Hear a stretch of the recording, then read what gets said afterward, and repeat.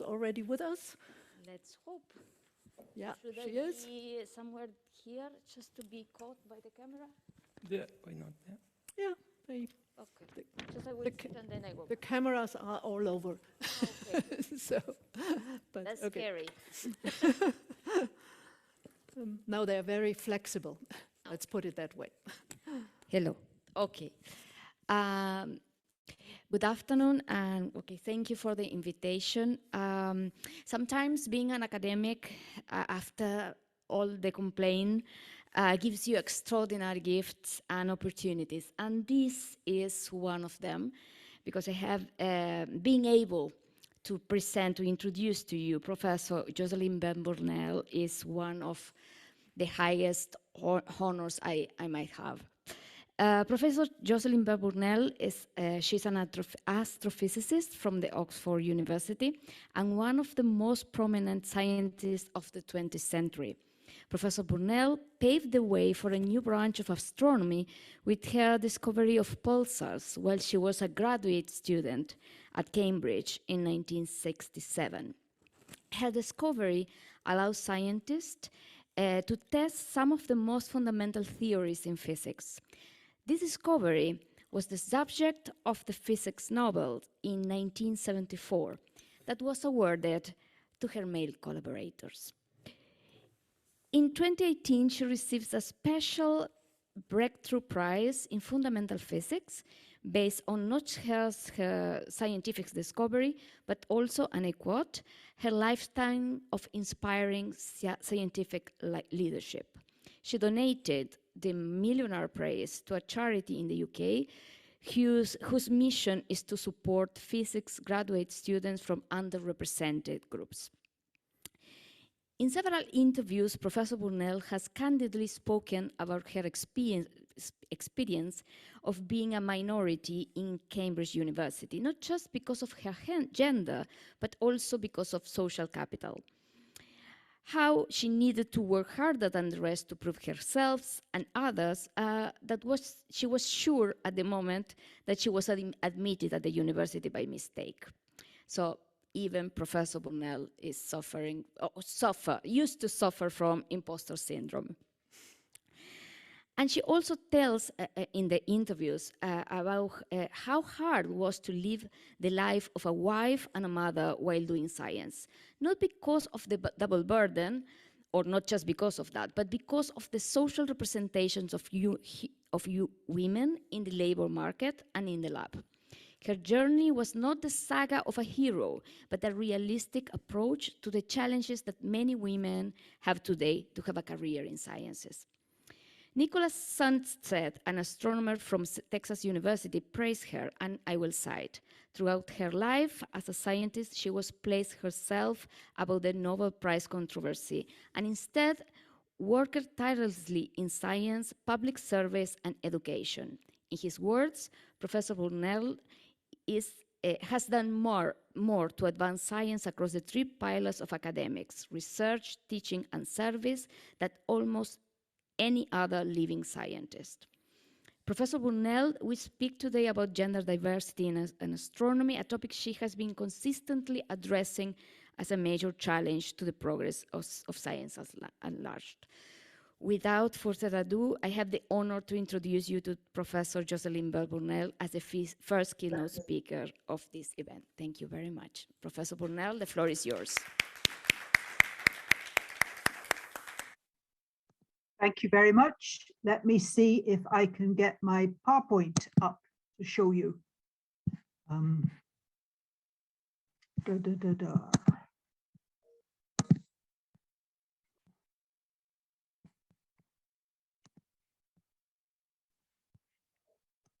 Some trouble.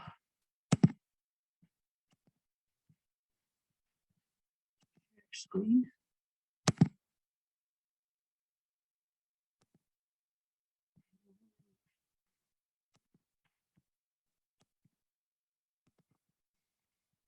Do you see a PowerPoint screen? Can you hear me? I think it's, Yeah, it just takes a, yeah. now we see it. Right, good. I will go to slideshow.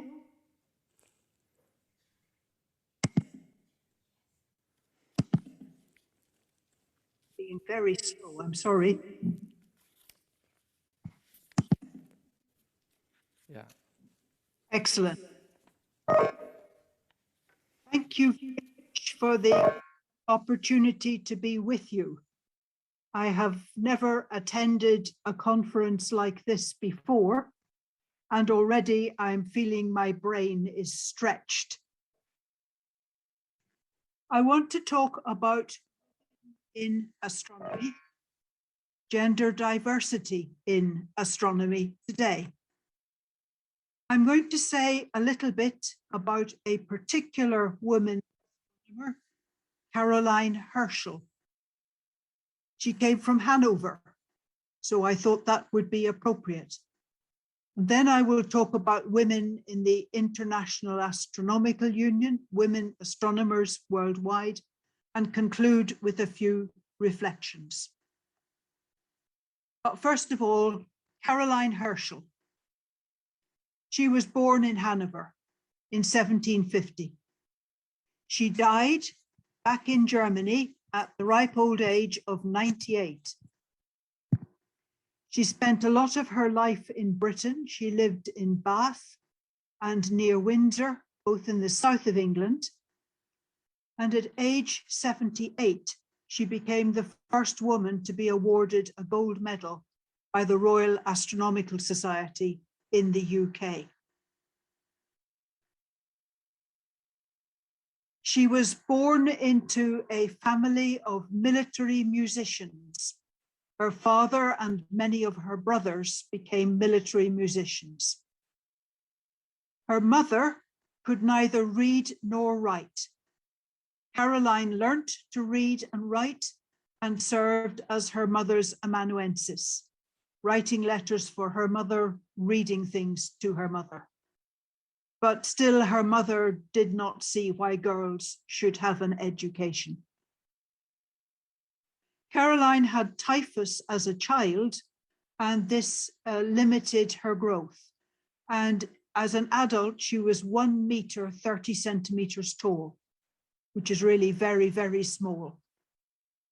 But as many of us have discovered, do not underestimate a small woman.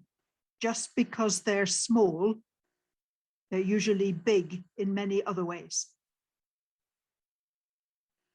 Caroline's father said she should not expect to marry. She was not pretty and she was not rich. She did have a nice voice. She was a good singer, but she became housekeeper to one of her many brothers. He does not sound a very kind brother. She asked if she could have French lessons. No. Could she take dressmaking lessons? Yes, provided everything she made was for him, not her. And so it went on. Another brother, the older brother, William, had moved to England. He was a conductor, a composer, and an organist, and he got a job in the city of Bath as a musician. He knew Caroline had a nice singing voice, and so he asked his brother if Caroline could come to England to be with him. His brother said yes, provided William paid for the cost of a servant to take Caroline's place. She was released and she came to Bath, and she did some concerts in Bath, but she would only sing if William was the conductor. She was rather shy. Initially, she had no English, so she had to learn English as well. But around the time she came to England, William's interests were moving. He was moving away from music and into astronomy. And he was making his own telescopes, grinding his own mirrors by hand. And he became very addicted, very keen on this. And there are stories of Caroline feeding him his meals, one forkful at a time, one spoonful at a time, so that he could keep grinding, polishing his mirrors. They lived in this tiny house in Bath. It's very narrow. It's not much wider than the car parked in front, but it does have 4 floors. William makes mirror after mirror. He does not really understand the science. He keeps trying different shapes and using the ones that are best, but then trying another shape to see if that is better. And Caroline has to keep him fed, but also she is cross. William's cravats, lace that hang at the neck, are all spattered with pitch blende, and every room in the house, well, nearly every room in the house, is given over to making mirrors. The house is now a museum for the Herschels. It was from the garden of this house that William discovered the planet Uranus in 1781. And there is a plaque in the garden, which you see on the right-hand side, describing how William Herschel lived here, discovered the planet Uranus, also discovered infrared radiation, and that Caroline Herschel, described as an early woman scientist and a hunter of comets, also lived here. One of the problems that astronomers have, particularly astronomers using conventional telescopes, is you want to have your eyes adapted to the dark. You perhaps know that when you go outside at night from a brightly lit room, to begin with, you do not see much in the dark. But over the next 10 or 15 minutes, your eyes adapt and you see more and more in the dark. But if you come back into the light, your eyes adapt quickly to the light, but then adapt slowly again when you go out into the dark. So how does an astronomer record his observations, for which he will need light, at the same time keeping dark adapted? And the Herschels solved this problem. William was out at the telescope in the dark. Caroline sat maybe 20 meters away at the small table with a small light and the book to write down the observations.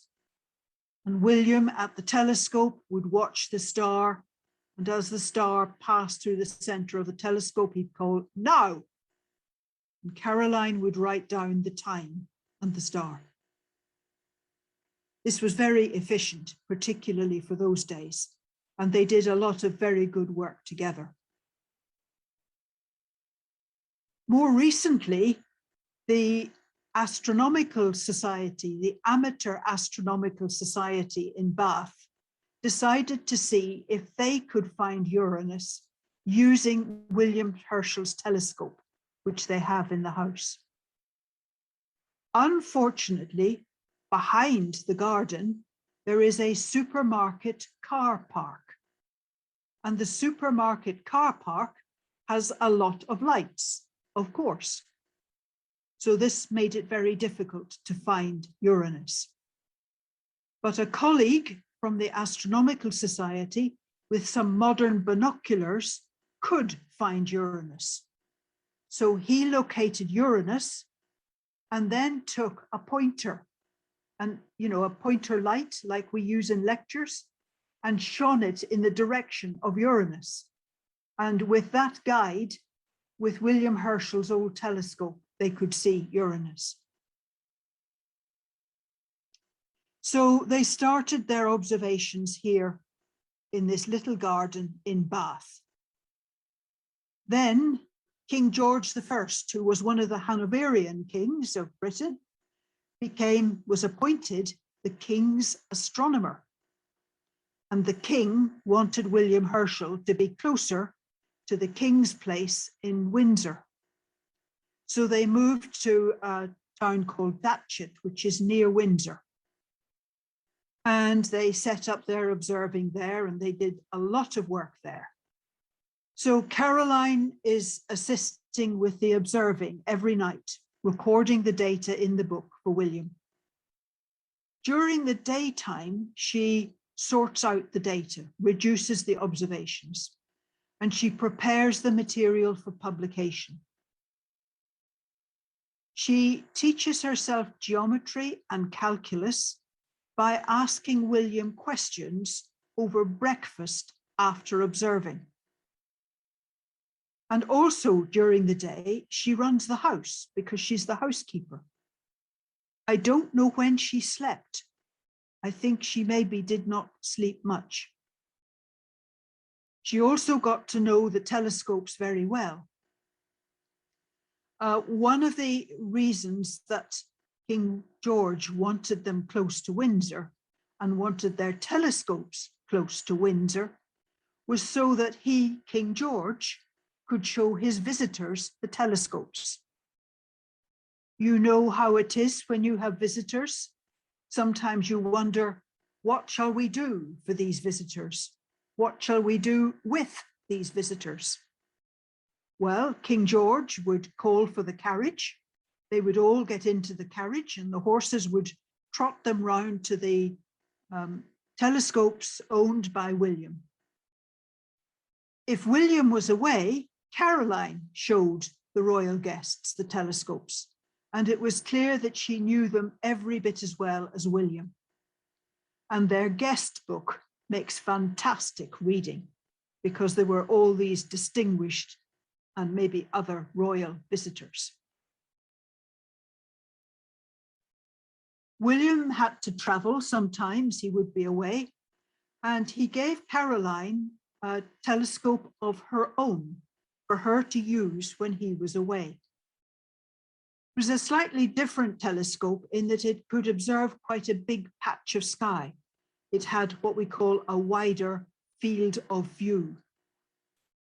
Caroline now knows the night sky very well. Indeed, she has reorganized one of the major catalogues so that it's in more convenient order for their observing. And so when William is away, she observes on her own.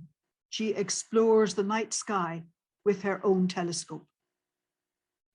In 1787, the king also gave her a small salary, a small stipend. So she became the first woman scientist in England to receive a salary, and arguably also the first woman in England to be a government employee. While William was away, she found comets. This is two pictures of a comet from about 20, 30 years ago, comet Hale-Bopp. It was a very, very fine comet that many of us in Europe had good sight of. I think maybe it wasn't so good in the southern hemisphere, but then the southern hemisphere had a good view of Halley's comet, while the northern hemisphere saw very, very little. Well, Caroline became famous for finding these 8 comets. William ultimately married, and Caroline felt a bit not needed, not wanted. So she went back to Germany and stayed there for the rest of her life. I think she regretted going back to Germany at that time. I think she said she'd made a mistake, but having made the move, she had to stay. She received a lot of awards late in life. She got a gold medal from the British Royal Astronomical Society in 1828, when she was age 78. She was the first woman to be awarded that gold medal. She became an honorary member of the Royal Astronomical Society at age 85, along with Mary Somerville, and those two were the first female members, honorary members, admittedly, of the Royal Astronomical Society. The Royal Irish Academy made her a member when she was 87, and the King of Prussia gave her a gold medal on her 96th birthday. So she got recognition, but it did come rather late in life. But I hope she felt good about that, because she had a tough start in life and she had to work very, very hard. In the second part of my talk, I want to talk about women in astronomy around the world today. There is an international body for astronomers called the International Astronomical Union. It's for professional astronomers rather than amateurs. So it's for university astronomers, people who work in observatories, that kind of thing. And there's an interesting story about how it started paying attention to women. The first time I know that the issue was raised was in 1990, when Derek McNally, a British man that you can see in this picture, was the General Secretary of the IAU. And some women wrote to him asking if the IAU could do some work on the status of women in astronomy. But Derek McNally was avoiding this one. He did not want to go there. He said it was essentially a social issue, and that the International Astronomical Union regards itself as a body devoted to the promotion of astronomical science, and that it has not tried to cross the line into matters of social concern. So that kind of stopped that. Fast forward to a few years later, until the General Secretary here, sorry, I've lost my slide temporarily, not to worry. Johannes Andersen, Danish man, was the General Secretary. Each General Secretary serves for 3 years and then another one is appointed. And between 1997 and 2000, he was the General Secretary, a Danish astronomer. His wife, Birgitta, was also an astronomer, but she had huge problems getting a good job in astronomy in Denmark. And Johannes began to wonder if this was because she was a woman and whether there was any way you could establish this. And he then realized, as General Secretary of the International Astronomical Union, he held the membership data. Now, in the International Astronomical Union, countries are members, but individual astronomers in those countries can also be members if put forward by their countries. And Johannes started looking at this data, and in particular started recording the data on individual members with the gender noted. There were only 2 genders at that time, male and female, but from around about 2000, we have data on professional astronomers around the world segregated into 2 genders. Now, I'm going to talk about this data in the rest of my talk, but first of all, some cautions, some warnings. To become a member of the International Astronomical Union, you have to be tenured. You have to have a tenured position probably in a university or an observatory. So many younger people would not be recorded. So research students, young researchers are not recorded. There actually has been a change recently. They now have introduced junior membership for people who are not yet tenured.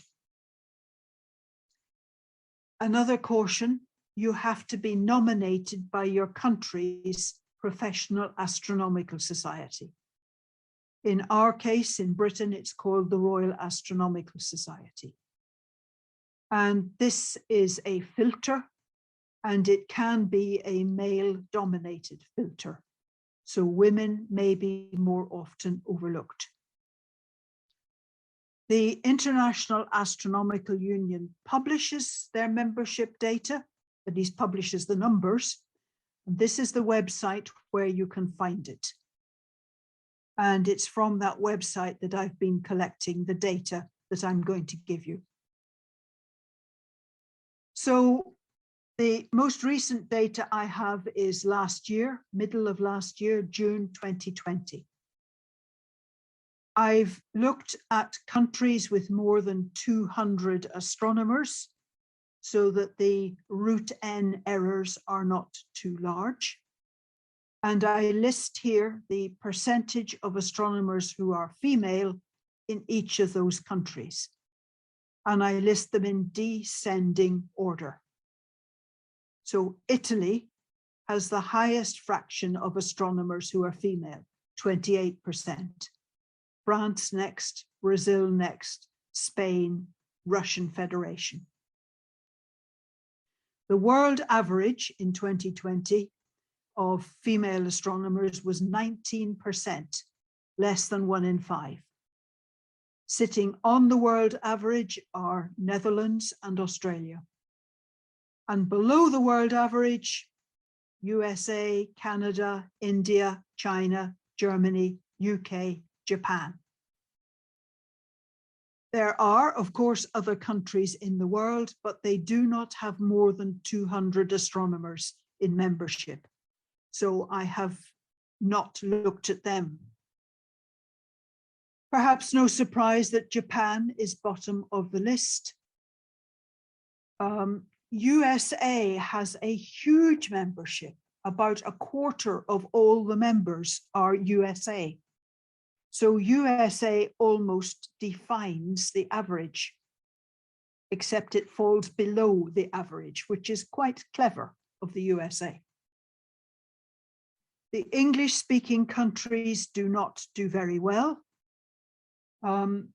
Southern European, South American countries seem to do well.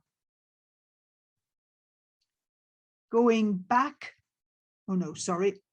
This is the, again, the website, but a reminder that you have to be nominated by your country's professional body. So there's a filter there, probably with a gender bias. So as I say, South Europe, Southern Europe and Latin America seem to have higher percentages. Northern Europe and the English-speaking world have lower percentages of women. And this says to me that the limiting factor is culture in those countries, that it's nothing to do with women's brains.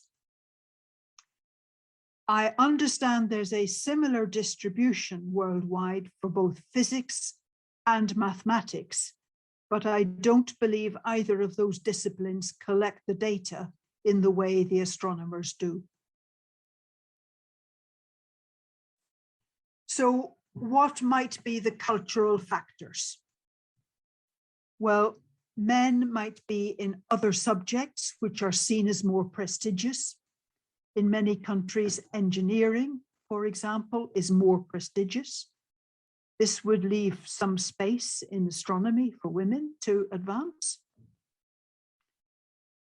Maybe the astronomers are in a country where the parents live nearby. This would be a great help when there are young children, because the parents might help with the childminding. Or maybe we're talking about a country where there's a great range of incomes, and there are a lot of poor people, in particular poor women, who would be very happy to come into your house each day to be your housekeeper, your childminder, your maid, while you, the wife, go off and be an astronomer.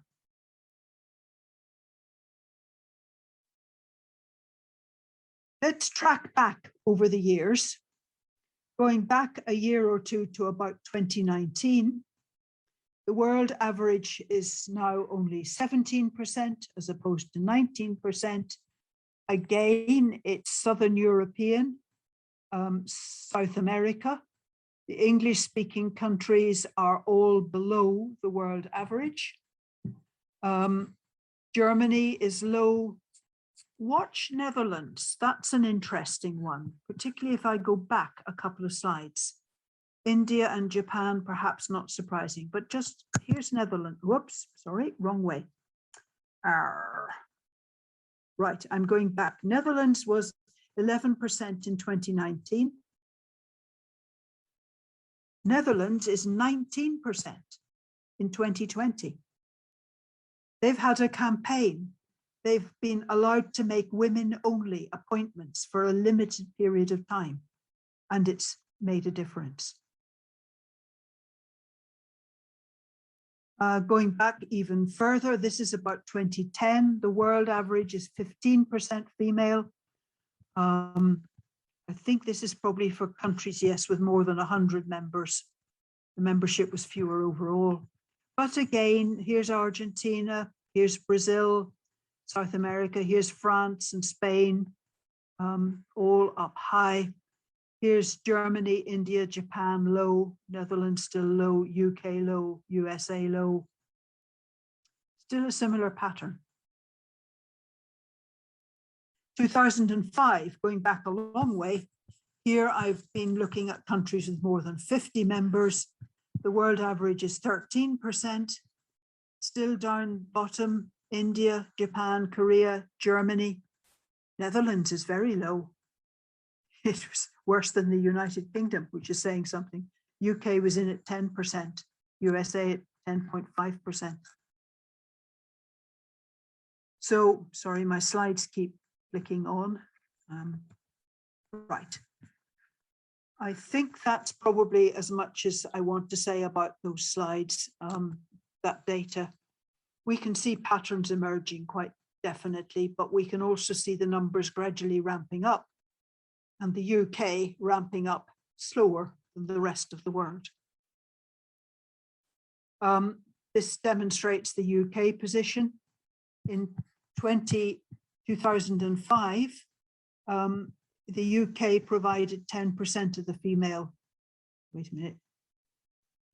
Yes, we presented 10% of the female numbers. This has gradually ramped up, but I'll skip that point for the moment. So the UK IAU membership has ramped up steadily, but the rest of the world has ramped up faster, I regret to say. So in 2016, we were better than China, Germany, India, Japan, Netherlands, comparable with the USA and Canada. 2 years later, we were better than China, India, Japan, and the Netherlands, but the others had overtaken us. By 2020, we were better than Japan. By 2021, well, we're still better than Japan, but we are slipping. And I keep shouting.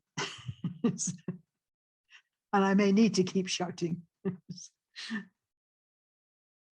Does this matter?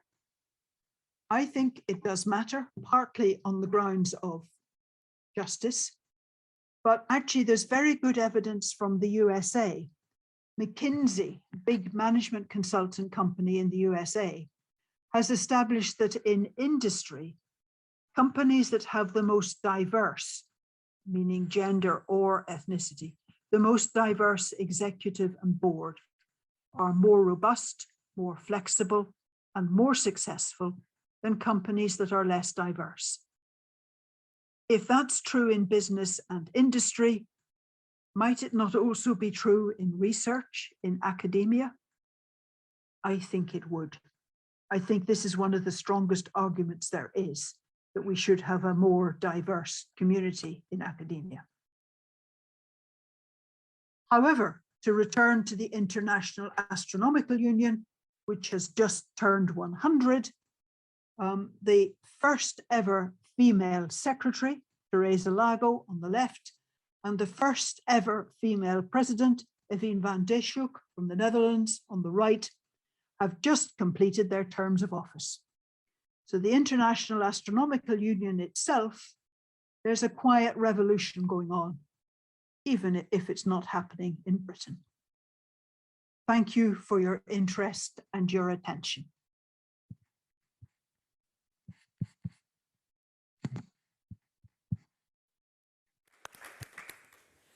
Well, thank you very much, Jocelyn, for this inspiring and interesting talk.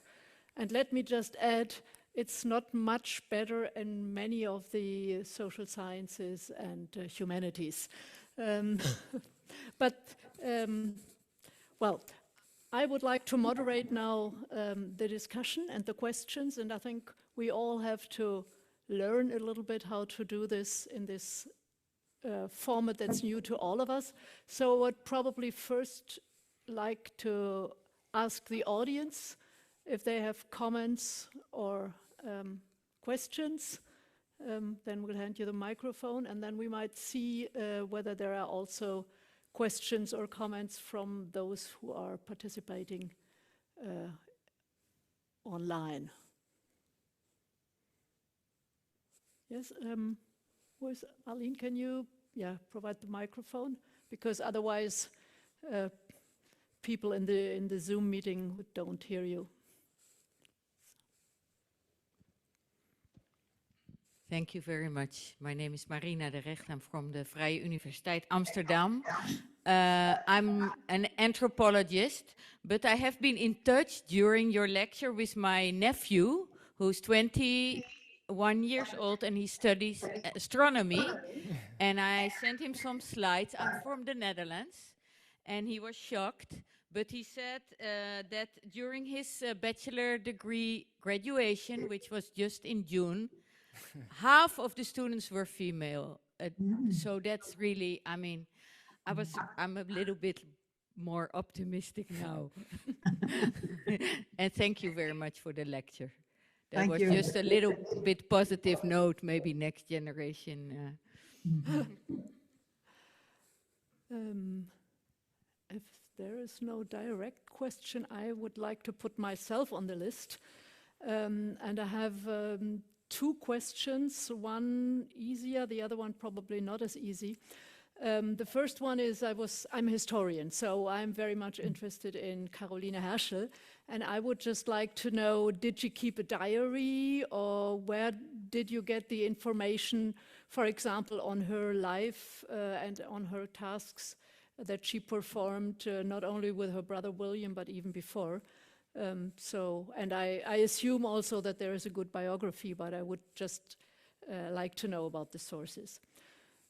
The other question, or do you want to answer this first? Shall I answer that one first? Yeah, okay. There are several biographies of Caroline Herschel, and there is also good material, for instance, in Wikipedia online. So there's quite a bit of material publicly available. I don't know whether she kept a diary or not. I'm not quite sure what the sources of the information for those biographies is or are, I'm afraid. Thank you. Now my second question, which refers to the reasons why in Southern European or Latin American countries the numbers of women in these positions are higher. And you had among them, and I've been into these kind of questions a little bit, and you find it also with women doctors as, for example, directors of clinics or so on. And I think very much of it has to do with the availability of people taking care of your children, of servants in the house and so on. But then on the other hand, I say, what about India? I mean, in India, you also have the ability of, and you have cheap labor that could, replace the head of the household, the women in the house, but their numbers are low. So I think explanations are a little bit more complex. So apparently there's also something like culture or academic culture that has to do with it. Yes, I think you're right. The pattern is fairly consistent in astronomy, and I'm interested to hear that you see similar patterns in some other academic areas as well. the India issue suggests that maybe there are more dimensions to this than we're considering at the moment. But I don't know enough about the culture of India to know maybe if there are issues around certain cultures entering other people's houses to be childminders, for instance. I just don't know. Okay, thank you. But I think this is a topic we should all go and probably also compare different disciplines, because it's very interesting, but I think it's quite a consistent pattern. Yeah, Eloisa?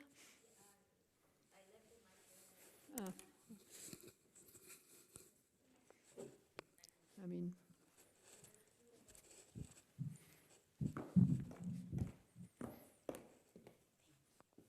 so related to what you were talking about, the example of Caroline Herschel and what I have read about your own work in your interviews, etc., I think there is a dimension that you have also mentioned regarding culture about time, and about how time is also one of the dimensions of inequality in gender division, because even if you can have a helper at your house, is the woman, is the wife, as you said, is the one that has to manage the personnel at home, and at the end of the day is the one who put the children to sleep and check if they have done the homework, etc.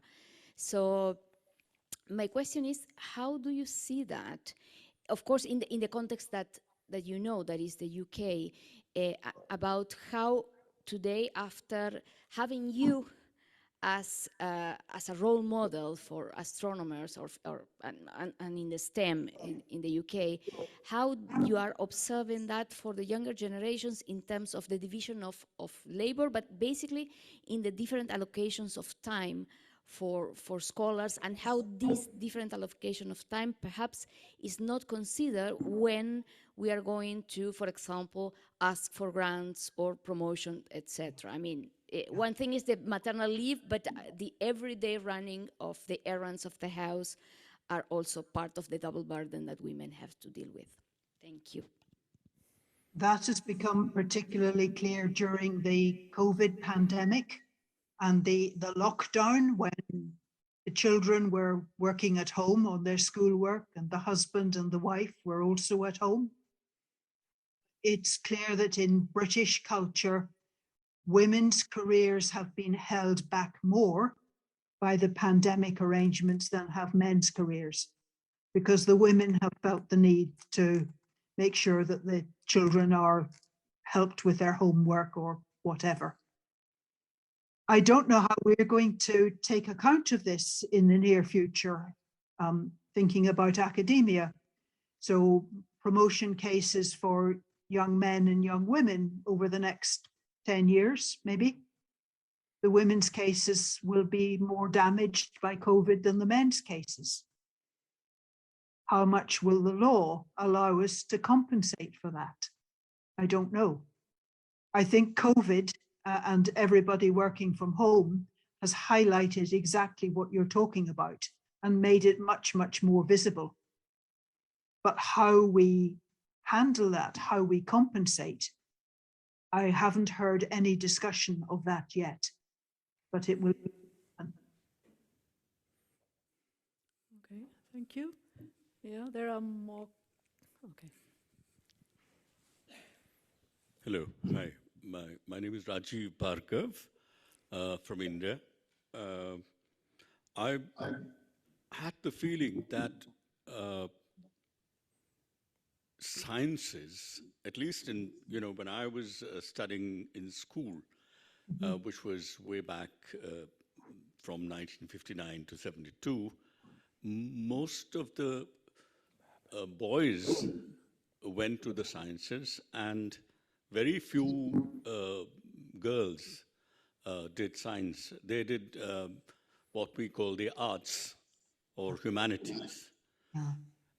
But I was checking Wiki and looked up Google, and I find that India actually has more than 40% of its graduates in science who are women. And that is a very high number.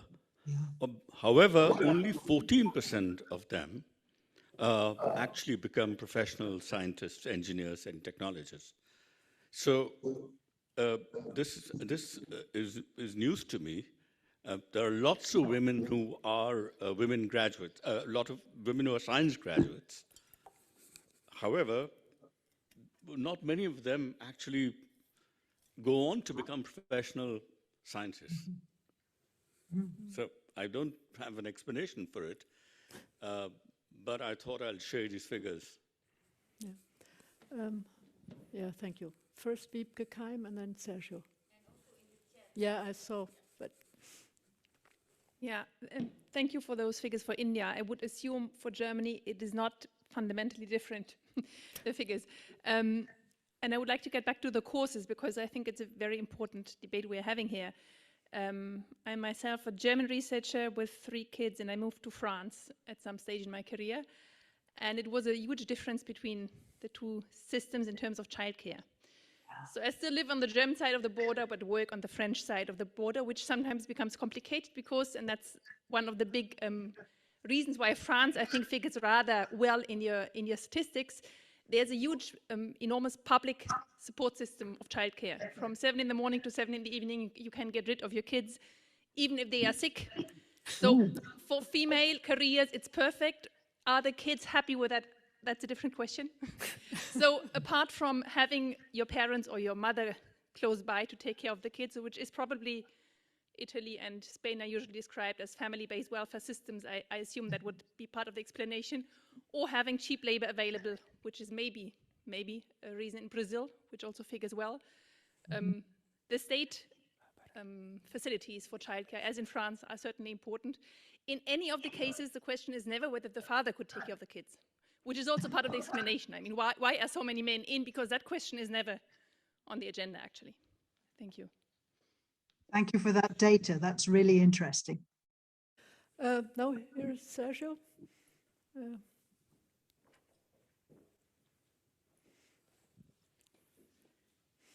Yeah, thank you also from my side, Jocelyn, for the really inspiring talk. Sergio, of course, is my name. I'm based in Berlin, but a sociologist.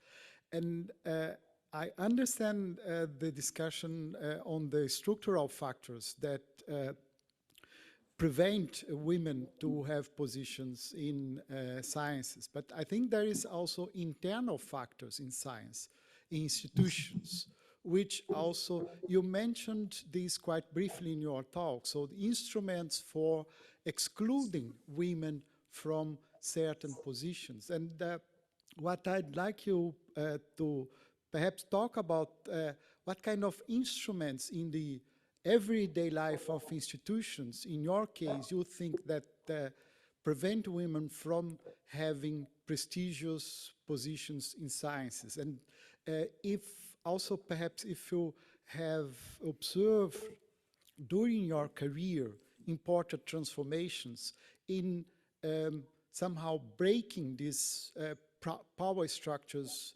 dominated by male scientists.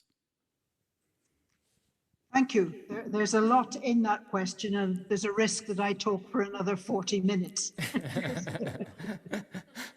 I think in terms of instruments that prevent women, I think there are relatively few because they would not be legal. But there are more subtle things than instruments. For example, unconscious bias. One of my campaigns in Britain at the moment is if I receive a questionnaire and it's what sex or maybe what gender are you? And you have boxes to tick. There's a box labeled M for male. There's a box labeled F for female. And these days there might be a box labeled O for other and a 4th box labeled prefer not to say. That's very, very typical. Maybe something similar happens in other countries. But let's look at the order of those boxes. Male, female, other, prefer not to say. Is it in alphabetical order? Why does male come before female? What message does that consistently send at some subliminal level to the women? There are, I think, many things like this still in our culture that need flushing out. We have had similar issues with questions about race, which start with white. Well, it's the dominant culture, isn't it? But it sends a message to the other racial options that are given below. They are inferior.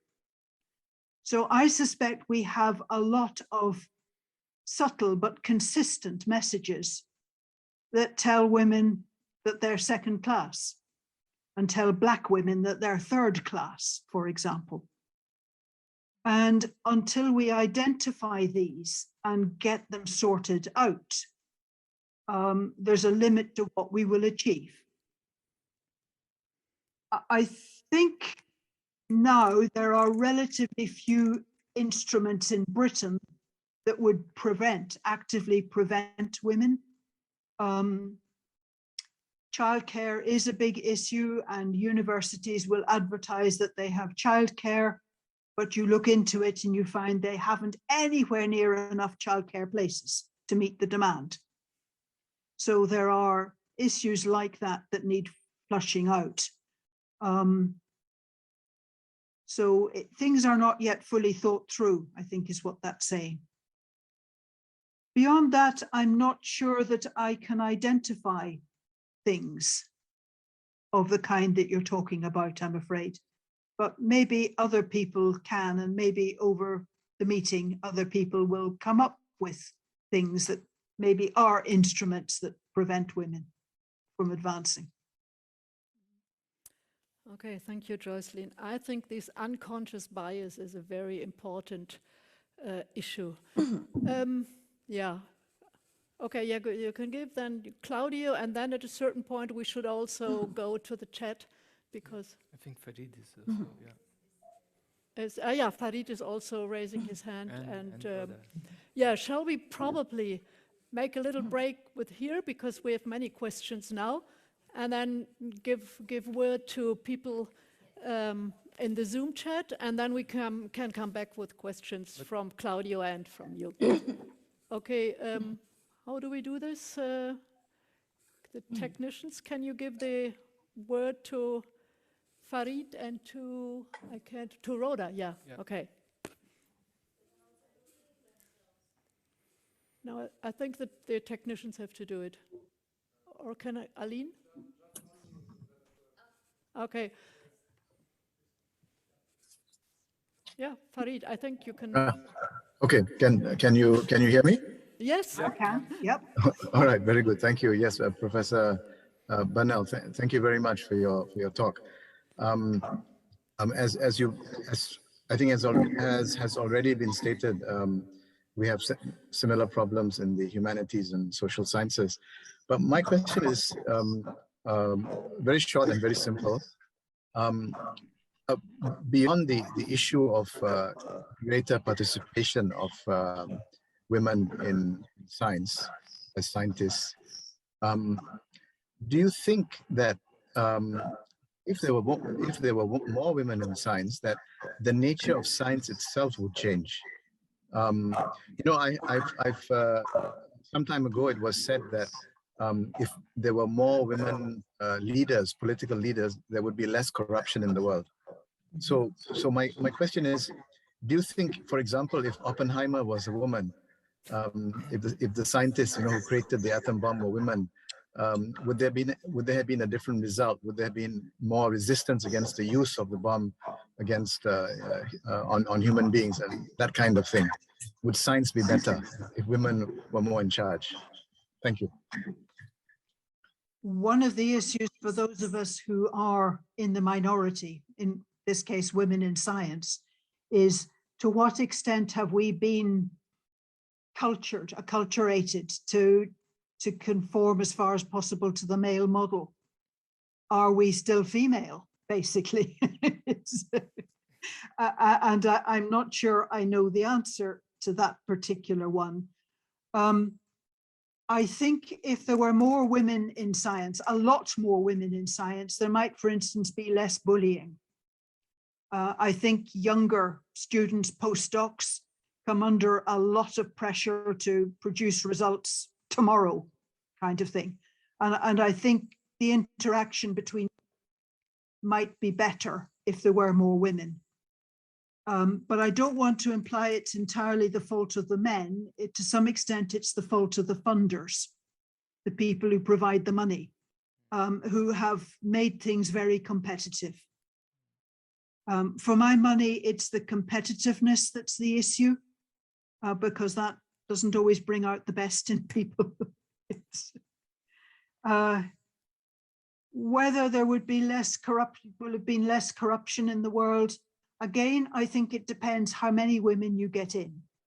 If you get just a few in, they're probably going to have to operate in the male mode. They're not women, they're we males. We men. Okay, thank you. Now Rhoda Reddock also has a question or raised her hand. Yeah. Yes, thank you. Good morning. Hi, everyone. I just wanted to bring some data from the Caribbean because I think we have been in the advance of what is a global trend of women exceeding numbers of men in higher education globally. But the Caribbean reached that stage, began that stage about 20 years ago. And in fact, we have been doing quite a lot of research into that. So for example, at my university campus, women are double the number of men. Wow. Students in the science faculty, including in graduate programs, and are probably 50-50 in the academic staff throughout, including in physics and other parts of science. I think engineering is probably the only place where men still have priority. The staff in engineering has a significant proportion of women, and also the women tend to perform better in terms of getting the higher grades, etc. So we have looked at it historically. I mean, we've analyzed it, looking at historical and gendered factors, the natures of patriarchal societies, and the trends of what happens when large numbers of women enter a predominantly masculine occupation, i.e. men leave. And so this is a trend that we are seeing, that even in traditional masculine occupations, including in the sciences, once you have a predominance of women, men actually leave and have to find other spaces in which to be men. So I think it's quite a complicated and complex interface of gender and of course history and culture as well. And I think that as I will be mentioning in my presentation, looking south can also provide some of the insights into these global phenomena. Thank you.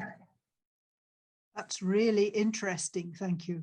Really, really interesting. I wonder what the status of higher education is in the West Indies. In what regard? We have, like in my country, there are about 4 universities in a population of 1.3 million. And my university is a regional university serving 17 Caribbean countries. And we also have an open campus, which offers global and intra-regional programs. So certainly our numbers could be increased, but one of the issues that has been facing the region and also resulting in backlash against women has been the poor performance of males in academia. Mhm. Mm. And therefore, this is something that we have sought to examine, even within patriarchal contexts, where sometimes because of that, you find the bullying, you find the fear, you find the, on the part of men seeking to preserve their status, you know, so I think we need to also see the trends of what are happening as opposed to what is happening at this moment. Mhm. Thank you very much. That's extremely interesting. And more power to your elbows, as they say. Well, it's a complicated issue.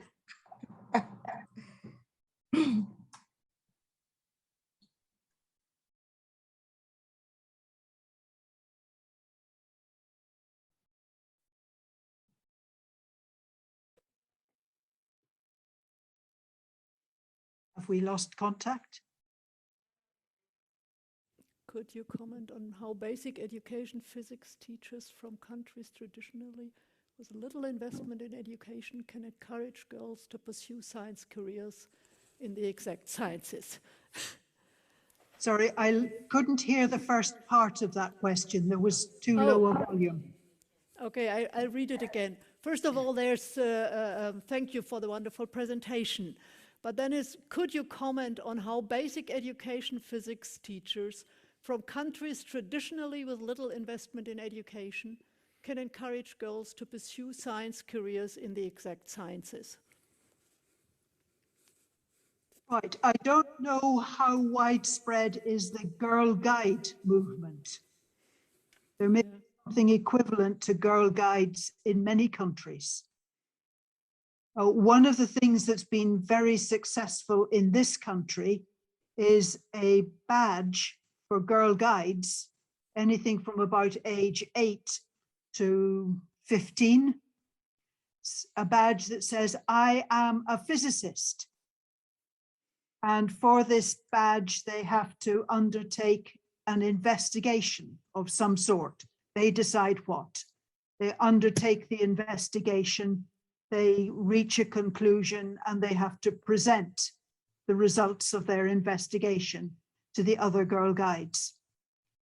I can't accurately remember the numbers, but certainly tens of thousands of girls have in the last 6 or 12 months in this country done this Girl Guides badge. So if there are movements in organizations in other countries for girls, maybe that kind of activity could be considered, so that what's often labeled by the public as a boys thing is also open to girls. Okay, thank you. There is more in the chat, but I cannot really read it. Yeah. Okay, shall I read it again, probably? Yeah. Hello, Professor Jocelyn. I'm Larissa Nascimento, master's student in science education at the Federal University of Santa Catarina, Brazil. It's a great joy to hear you speak, because my research topic is about you and the story of the discovery of pulsars. I would like to ask the following. What gender-related difficulties did you encounter as a PhD student at Cambridge? How has your experience as a woman and doctoral students, how was your experience as a woman and doctoral students at that time? Thank you. I think my most acute gender experience was following the discovery of pulsars, when the press came to interview my supervisor, my PhD supervisor, and myself. And they would ask him questions about the significance of this result and a bit about what was it we had found. And then the press would turn to me for what they labeled the human interest. Please, could I tell them what my bust, waist, and hip measurements were? How tall was I? How many boyfriends did I have? And the photographers would ask me to undo more of my blouse buttons. it was very, very sexist, because that's what the newspapers expected. That's what the newspapers saw the role of male and female to be in 1968. It was very difficult for me to deal with, and my PhD supervisor did not seem inclined to help. So I had to deal with it on my own. I think that the strongest gender issue. But at that time in the University of Cambridge, there were very few women. We all had to belong to a women's college. There were no mixed colleges. And the academic members of the college, the professors and lecturers, were very, very concerned that we behaved very well, because there was a risk that if too many women got into trouble, the senior men would say, that's it, no more women in Cambridge. So we were under a lot of pressure to be perfect.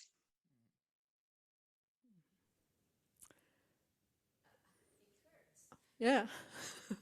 Okay, thank you very much. Probably we, okay, one question. Encarnacion, yeah. You can just unmute Encarnacion Gutierrez. Yeah, she's in, yeah, there she comes. It always takes a little, there's always a little delay, so. Encarnacion. I cannot hear you. Hello. There's no volume. No, we can hear you, it's fine. I can't. No, yeah, not yet. No, Encarnacion? Ah, yeah, we can't hear you. I don't know why. Hello, can you hear me now? Yes. Yes. Okay, sorry. Thank you for your talk, Professor. I was thinking you mentioned it in a way that, sorry that I can't reconstruct, but one of the prizes you got, you donated it to children that were in a situation with, maybe you can say more about it, with restrictive access to education. So I was wondering about the connection to what has been previously mentioned as the South as a coordinator or a coordinate of global inequalities on the level of economics. When we talk about higher education, we very often, and especially in the context of neoliberal processes, we are talking also about commodification of education. So class is an issue, and of course, access to certain pathways that enable, of course, also access to certain positions in academia are also marked by these intersections of race, gender, and class. So I was wondering how, maybe if you could tell us also about this project that you are engaged with and how you see these intersections also with race and class. Thank you. It's a big question, so it's just more about your project. Thank you. Thank you very much. That's a lovely question.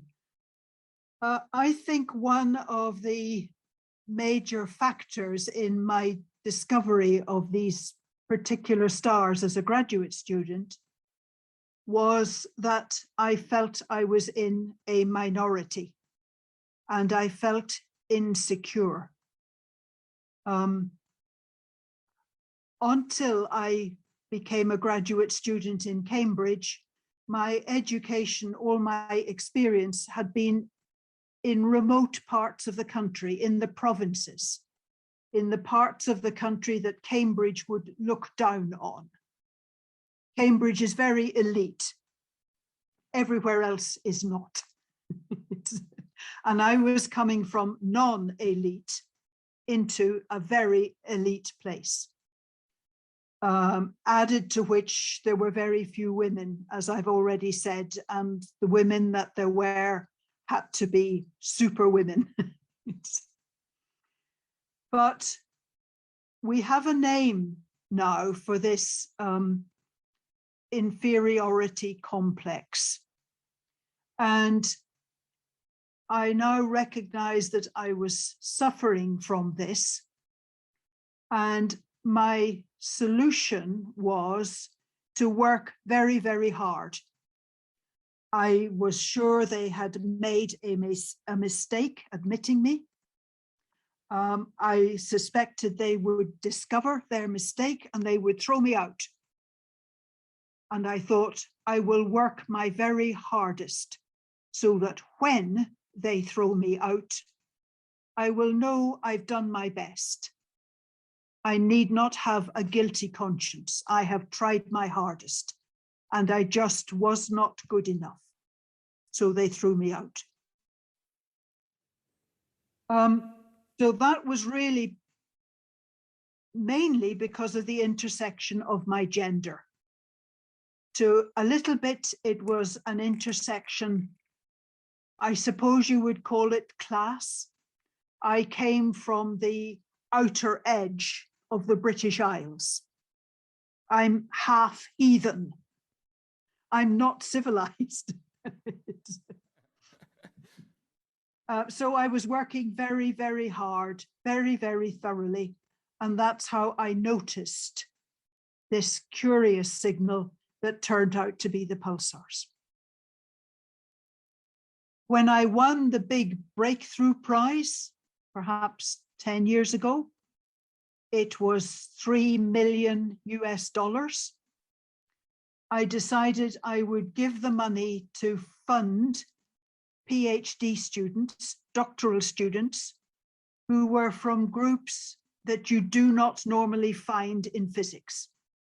So not white males, white females, colored females, colored men, people with disabilities, people from outside England, refugees, anything except more white males. More white English males. And I gave the money to my professional body, the Institute of Physics. The program's now in its second year.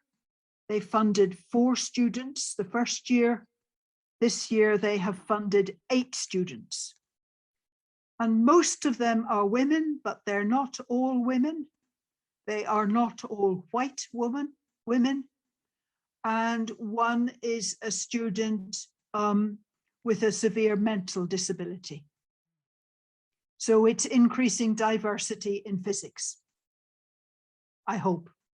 That's the aim. Does that answer your question? Very interesting project. Thank you for sharing this with us. Probably for the moment, I don't see any more chats. Now, you can have your question and then Claudio, yeah.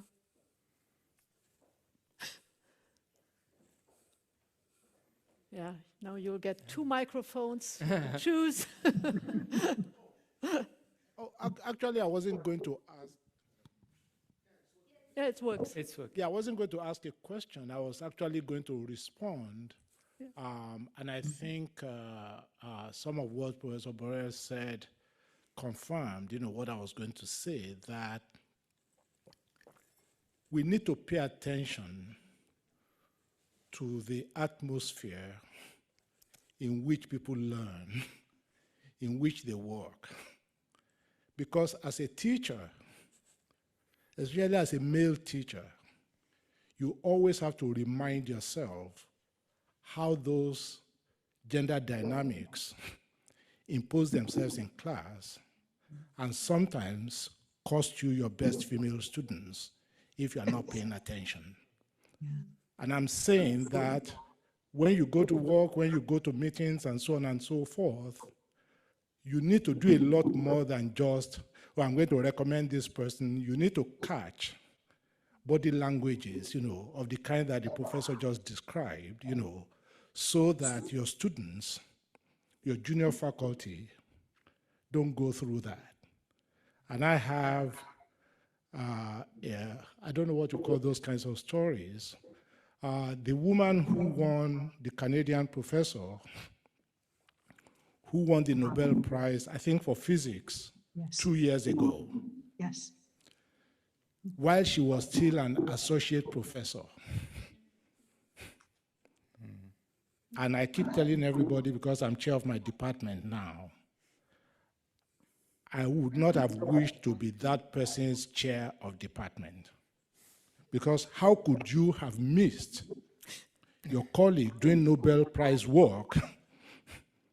Was it that, you know, she felt that she was never going to be up for full professor because she didn't feel she was supported, but she just kept doing the work? How do you address the fact that it took the Nobel Committee to recognize the work that your colleague is doing under your very nose? This is the kind of situation that I think all of us who are in my body need to think about very seriously and ensure that we're actually, you know, active in ensuring that these kinds of experiences become minimized for the women, you know, that come, especially in those areas where that is still a problem. That's all I wanted to say. Yeah, thank you. Thank you. Now, finally, it's your turn, Claudio. Yeah, thank you so much, Barbara. Thank you so much, Professor Burnell. It is really, really special to have you. And first, I would like to thank and also to apologize for the number of emails that I've been throwing on you and on Tanya for having you here, but it's worth even each second. Even my students, I guess, cannot hear more that you know what, this person, Jocelyn Burnell, the professor, is opening the conference there.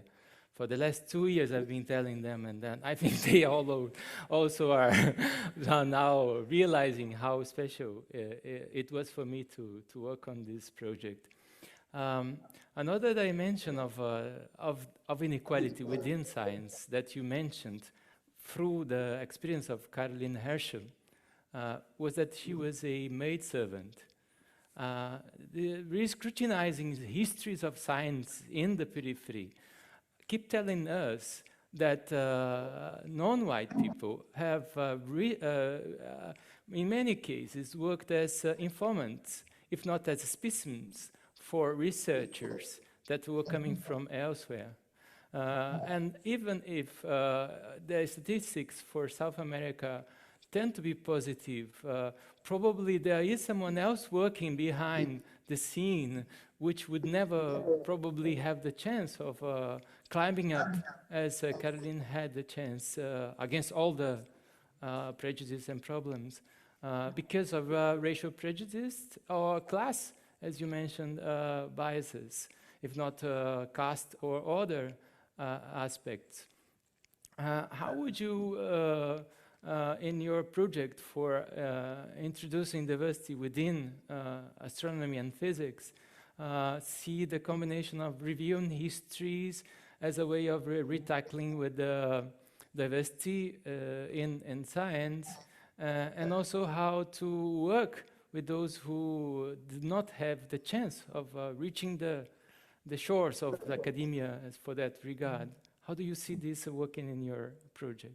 Thank you so much. Yeah. I think stories are very powerful, which is why I told the meeting about Caroline Herschel. It's perhaps under-recognized in academia that stories are powerful. Maybe not in some of your areas, but certainly in physics, it's very clinical. And stories are too soft, many men feel. But actually, I think we learned so much from stories that I do tend to include some stories. Maybe about people from times past, but maybe about how I, as a researcher, because I had my mind focused on something, was very, very slow to notice something to the side. So I think we can tell each other a lot of useful stories. And as I'm sure many of you know, but I think physicists do not know, stories are very, very powerful. So that's, I think, the best I can do, to be honest. Always assuming people will give me a microphone.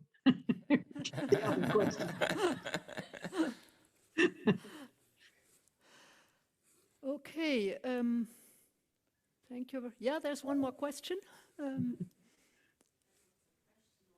Or comment, whatever. Somebody who wants to say something. That I don't know what to choose from. Thank you very much for this very interesting talk. You said stories, and stories are very important. They are actually sometimes the source of starting something new. What I'm interested in is how you get to tell those stories. Because as we know, we live in a world not only in the sciences, but also day to day, also the patriarchal structures, which are everywhere to find. They do not allow to tell stories. Yeah. They do not allow to tell stories from the periphery. So being a woman, being a migrant, being a working class family student, these are stories that are never found, or there is not a possibility to tell those stories. So what I'm interested in, what can we do better in terms of having more people who tell stories like that? Ilhan Omar from the USA said, you cannot be what you can't see, and we cannot be if we don't see people like that, if we don't hear stories like that. And what I'm always asking myself is, how do we make place for those stories? Like in places like this here, which is very nice, but how do we make place in personal interactions at the university? So I would like to have more ideas on that, because I think this is a very important way. First-hand stories, these are the stories that have to be heard in order to know how those people are managing with this issues, this discrimination, the whole intersectional discrimination issues that we already mentioned here. I think that the academia is also a place for that, but it still doesn't really offer enough space for that. And not also outside the academia, on campus. When I go to an interview and the person standing there asks me if I have any family planning, which is a question that no man would get to be asked. And or if we have a candidate like our chancellor, Annalena Baerbock, everybody's speaking about her shoes and nobody's speaking about, so these are these patriarchal mindsets. They need to be discussed about, and the other stories of these people who kind of suffer under these mindsets have to receive more space, but as I said, it's always a little bit difficult to have that space. So yeah, if you have ideas for that, that would be my question. Thank you. I don't have many ideas, I must admit, except to say, grab every opportunity or even half an opportunity that comes your way. So maybe at a conference presenting your work, you give a little bit of story about one of your co-authors or something like that. We have some scope to make opportunities for stories, but they are a bit limited. But I think if we try every possible opportunity, stories are very, very readable, very good to listen to. And so things like student newspapers faculty newsletters, these kinds of things could well accommodate a story. Maybe not in every issue, but maybe from time to time. And the more it happens, I think the more the usefulness will be recognized. And so it might happen more. So I think my only advice is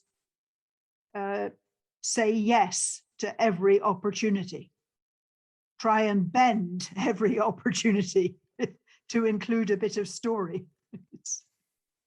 And gradually the editors will learn. Hopefully.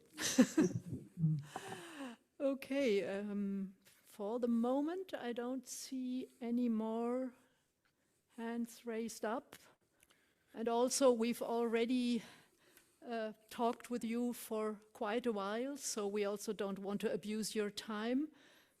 So if there are not any urgent questions, I would like to thank to you again, Professor Burnell, for this inspiring talk, for opening our conference.